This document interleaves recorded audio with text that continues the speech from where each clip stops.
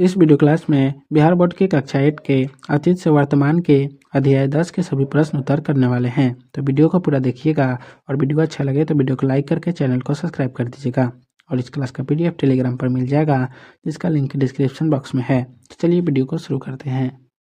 अध्याय 10 है अंग्रेजी शासन एवं शहरी बदलाव, जिसका पहला प्रश्न है औपनिवेशिक शहर मध्यकालीन शहर से किस प्रकार भिन्न थे, कक्षा में चर्चा करें। इसका उत्तर होगा मध्यकालीन शहर परंपरागत व्यवसायों, शासन सत्ता के केंद्र व मंदिरों के केंद्र होने के कारण विकसित हुए थे, जबकि औपनिवेशिक शहर अंग्रेजों के आधुनिक व्यवसाय वाणिज्य के कारण विकसित हुए थे।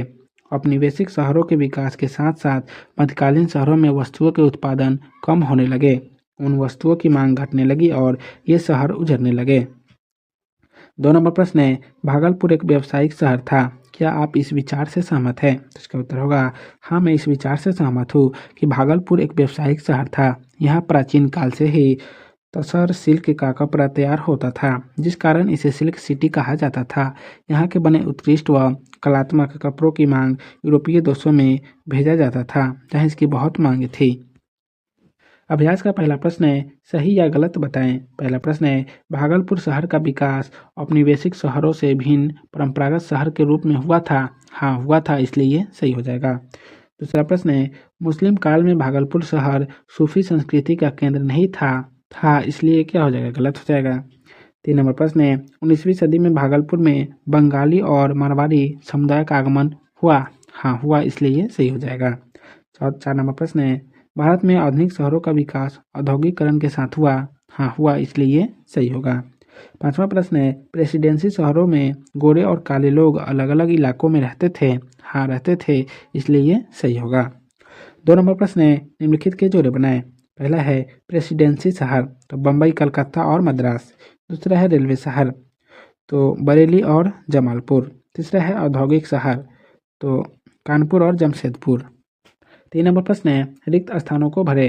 पहला है भागलपुर नगर पालिका की स्थापना डैश ईस्वी में हुई थी, तो 1864 ईस्वी में। दूसरा प्रश्न है भागलपुर में सिल्क कपड़ा उत्पादन का केंद्र डैश और डैश था, तो चंपानगर, नाथनगर और मोहल्ला था। 3 नंबर प्रश्न है भागलपुर में सांस्कृतिक गतिविधियों को बढ़ावा देने वाले प्रमुख संस्कृति कर्मी डैश थे, तो शरत चंद्र, असेंदु बाबू, हरिकुंज थे। चौथा प्रश्न है रेलवे स्टेशन कच्चे माल का डैश और आयातित वस्तुओं का डैश था, तो कच्चे माल का संग्रह केंद्र और आयातित वस्तुओं का वितरण बिंदु था। 5वां प्रश्न है कालजयी उपन्यास डैश की रचना शरत चंद्र चट्टोपाध्याय ने की थी, तो देवदास की रचना।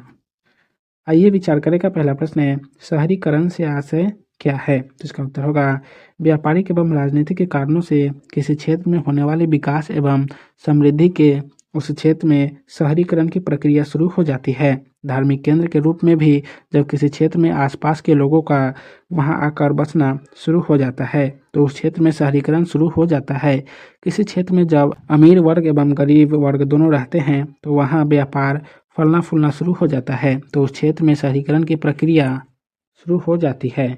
2 नंबर प्रश्न है 18वीं सदी में नए शहरी केंद्रों के विकास की प्रक्रिया पर प्रकाश डालें। तो इसका उत्तर होगा 18वीं सदी में शहरों की स्थिति में बदलाव आने लगा। राजनीतिक तथा व्यापारिक गतिविधियों में परिवर्तन के साथ पुराने शहरों पतनोन्मुख हुए और नए शहरों का विकास होने लगा। मुगल सत्ता के धीरे धीरे कमजोर होने के कारण शासन के संबंध शहरों का पतन होने लगा। नई क्षेत्रीय शासन ने केंद्र लखनऊ, हैदराबाद, सेरिंगापट्टम, पूना, नागपुर, बड़ौदा आदि नए शहर केंद्रों के रूप में स्थापित होने लगे। व्यापारी, शिल्पकार, कलाकार, प्रशासक तथा अन्य विशिष्ट सेवा प्रदान करने वाले लोग इन नए शासक केंद्रों की ओर काम तथा संरक्षण की तलाश में आने लगे। व्यापारिक व्यवस्था में परिवर्तन के कारण भी शहरी केंद्रों में बदलाव के चिन्ह देखे गए। यूरोपीय व्यापारी के कंपनियों ने मुगल काल में ही विभिन्न स्थानों पर अपने व्यापारिक केंद्र स्थापित किए, जैसे पुर्तगालियों ने गोवा में, डचों ने मछलीपट्टनम में, अंग्रेजों ने चेन्नई में, फ्रांसीसियों ने पांडिचेरी में। व्यावसायिक गतिविधियों में विस्तार के कारण इन व्यापारिक केंद्रों के आसपास शहर विकसित होने लगे। जब व्यापारिक गतिविधियां अन्य स्थानों पर केंद्रित होने लगी, तब पुराने व्यापारिक केंद्र और बंदरगाह अपना महत्व खोने लगे। 3 नंबर प्रश्न है, ग्रामीण एवं शहरी अर्थव्यवस्था के अंतर को स्पष्ट करें। तो इसका उत्तर होगा, गांव के लोगों का मुख्य काम खेती होता था, जबकि शहरों में अन्य तरह के व्यवसाय किए जाते हैं। गांव में अधिकांशतः किसान और खेती के कामों से जुड़े मजदूर व छोटे मोटे काम करने वाले लोग और छोटे स्तर पर सब्जियां, राशन व अन्य दैनिक कामों में आने वाले वस्तुओं के छोटे दुकानदार रहते हैं। जबकि शहरों में छोटे माध्यम बड़े व्यापारी, शिल्पकार, शासक तथा अधिकारी रहते हैं। पहले अक्सर शहरों की किलेबंदी की जाती थी, जो ग्रामीण क्षेत्र से इलाके अलगाव को चिन्हित करती थी। शहरों का ग्रामीण जनता पर प्रभुत्व होता था और वे खेती से प्राप्त करों और अधिशेष के आधार पर फलते फूलते थे। अतः ग्रामीण एवं शहरी अर्थव्यवस्था में स्पष्ट और बड़ा अंतर था। 4 नंबर प्रश्न है, भागलपुर शहर एक व्यावसायिक एवं सांस्कृतिक नगर था कैसे? तो इसका उत्तर होगा, प्राचीन भागलपुर शहर की पहचान एक व्यावसायिक और सांस्कृतिक केंद्र के रूप में ही है। घने मोहल्ले और दर्जनों बाजार से घिरा भागलपुर एक महत्वपूर्ण सांस्कृतिक एवं व्यावसायिक शहरी केंद्र था। शहरी एवं नृत्य संगीत आमतौर पर मनोरंजन के साधन थे।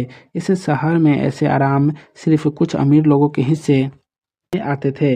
अमीर और गरीब के बच्चे फासला बहुत गहरा था। यहाँ व्यापारी, अधिकारी, सरकारी छोटे बड़े कर्मचारी, कारीगर, जुलाहे, बुनकर, मजदूर हर वर्ग के लोग रहते थे।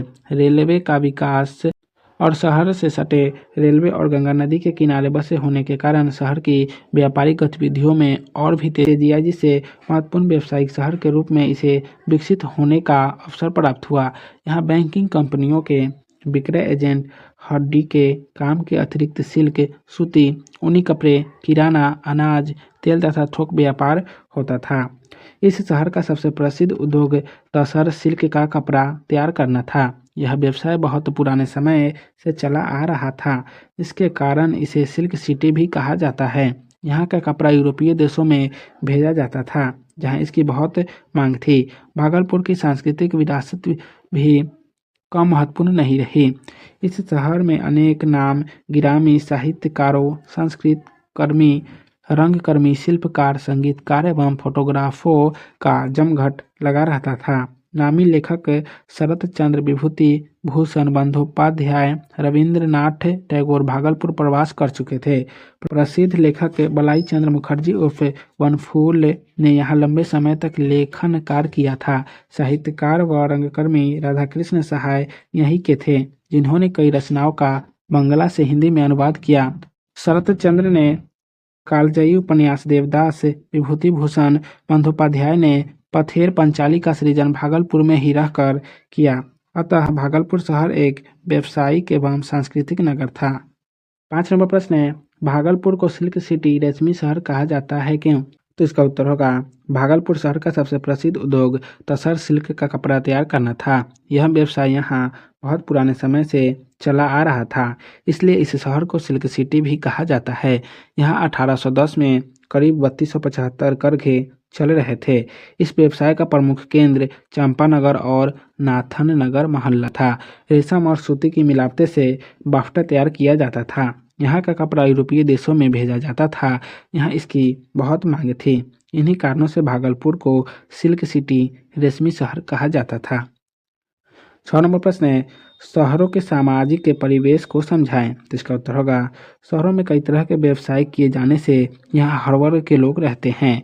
शहर में व्यापारी, शिल्पकार, शासक, अधिकारी, कामगार, मजदूर, बुनकर, जुलाहे प्रायः हर वर्ग के लोग रहते हैं। पर वहाँ मुख्य तौर पर 3 वर्ग दिखते हैं। एक तो बहुत अमीर लोग जो शासन या व्यवसाय से जुड़े होते हैं। दूसरे मध्यम वर्ग जो शासन से जुड़े अधिकारी या कर्मचारी होते हैं। और तीसरे मजदूर या घरों में काम करने वाले कामगार और अन्य बेहद गरीब लोग। अमीर लोग सुविधा संपन्न घरों या आलीशान भवनों में रहते हैं, जबकि गरीब लोग झुग्गी झोपड़ियों में रहते हैं, जहां सुविधा बिल्कुल नगण्य होती है। इस वीडियो क्लास को यहीं समाप्त करते हैं, फिर मिलेंगे नेक्स्ट वीडियो में। तो आप सभी को वीडियो देखने के लिए बहुत बहुत धन्यवाद।